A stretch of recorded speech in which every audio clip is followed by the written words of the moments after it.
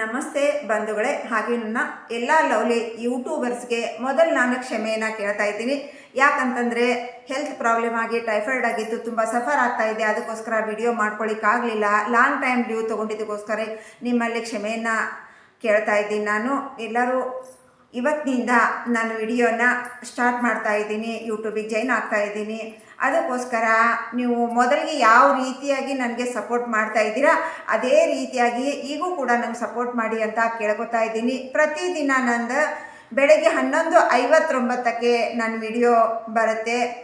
ಆ ಟೈಮಿಗೆ ಫ್ರೀ ಮಾಡಿಕೊಂಡು ನನ್ನ ವಿಡಿಯೋನ ಪೂರ್ತಿಯಾಗಿ ನೋಡಿ ಅಂತ ಕೇಳ್ಕೊತಾ ಇದ್ದೀನಿ.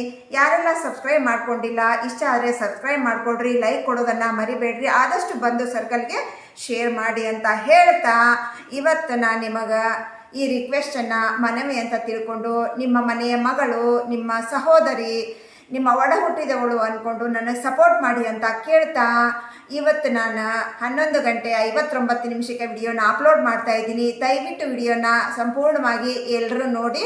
ಎಲ್ಲ ಯೂಟ್ಯೂಬರ್ಸಲ್ಲಿ ನಾನು ಕೇಳಿಕೊಳ್ಳೋದಿಷ್ಟೇ, ಮೊದಲು ಯಾವ ರೀತಿಯಾಗಿ ನನಗೆ ಸಪೋರ್ಟ್ ಮಾಡ್ತಾ ಇದ್ದೀರಾ ಇವಾಗೂ ಅದೇ ರೀತಿಯಾಗಿ ಸಪೋರ್ಟ್ ಮಾಡಿ. ನಿಮ್ಮೆಲ್ಲರ ಸಹಾಯ ಸಹಕಾರದಿಂದ 52,400 ಸಬ್ಸ್ಕ್ರೈಬರ್ ಇದ್ದಾರೆ. ಇನ್ನೂ ಹೆಚ್ಚೆಚ್ಚಾಗಲಿ ಅಂತ ನಿಮ್ಮಿಂದ ನಾನು ಕೇಳ್ಕೊತಾ ಇದ್ದೀನಿ. ಇವತ್ತಿನಿಂದ ನಂದು ಕರೆಕ್ಟ್ ಟೈಮಿಗೆ 11:59ಗೆ ವಿಡಿಯೋ ಬರುತ್ತೆ. ದಯವಿಟ್ಟು ಎಲ್ಲರೂ ನೋಡಿ, ಇಷ್ಟ ಆದರೆ ಸಬ್ಸ್ಕ್ರೈಬ್ ಮಾಡಿರಿ, ಒಂದು ಲೈಕ್ ಕೊಡಿರಿ, ಆದಷ್ಟು ಹೆಚ್ಚು ಜನರಿಗೆ ಶೇರ್ ಮಾಡಿ ಅಂತ ಕೇಳ್ತಾ, ಇವತ್ತಿನಿಂದ ನಾನು ರೆಸಿಪಿಯನ್ನು ಅಪ್ಲೋಡ್ ಮಾಡ್ತಾ ಇದ್ದೀನಿ. ನಿಮ್ಮೆಲ್ಲ ಸಹಾಯ ಸಹಕಾರ ಇದ್ದರೆ ನಾವು ಬೆಳೀಲಿಕ್ಕೆ ಸಾಧ್ಯ.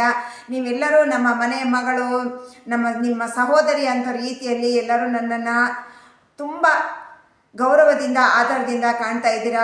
ಚೆನ್ನಾಗಿ ವಿಡಿಯೋ ನೋಡಿ ಕಮೆಂಟ್ ಕೂಡ ಮಾಡ್ತಾ ಇದ್ದೀರಾ. ಇದೇ ಸಪೋರ್ಟು ಸದಾ ಕಾಲ ಇರಲಿ ಅಂತ ಕೇಳ್ತಾ, ನಿಮ್ಮೆಲ್ಲರಿಗೆ ನಾನು ಕ್ಷಮೆಯನ್ನು ಕೇಳ್ತಾ ಇದ್ದೀನಿ.